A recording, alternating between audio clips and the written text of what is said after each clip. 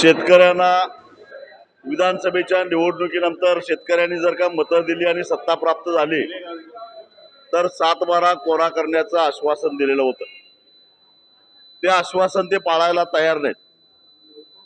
केंद्र सरकारनं आता एका रिपोर्टद्वारे जाहीर केलेलं आहे की महाराष्ट्रातल्या शेतकऱ्यांची आर्थिक स्थिती ही शेतमजुरापेक्षाही बिकट झालेली आहे. हा रिपोर्ट माझा नाही तर केंद्र सरकारचा आहे.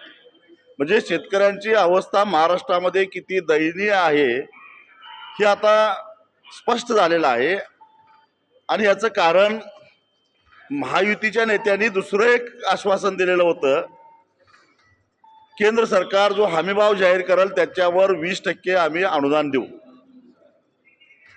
सोयाबीनचा हमीभाव 4,892.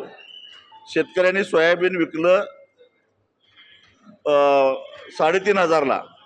जवळपास 1,200 रुपये कमी किमतीमध्ये सोयाबीन विकलं. थोडं थोडकं नव्हे तर 65 लाख टन.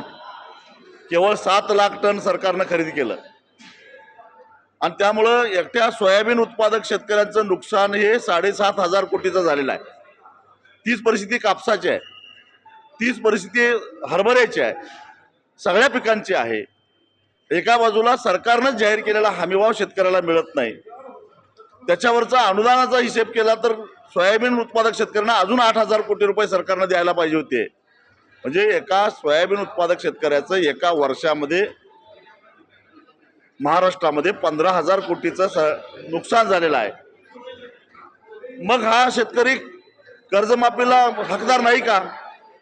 आणि 7/12 कोरा करण्याचं आश्वासन दिलेलं होतं.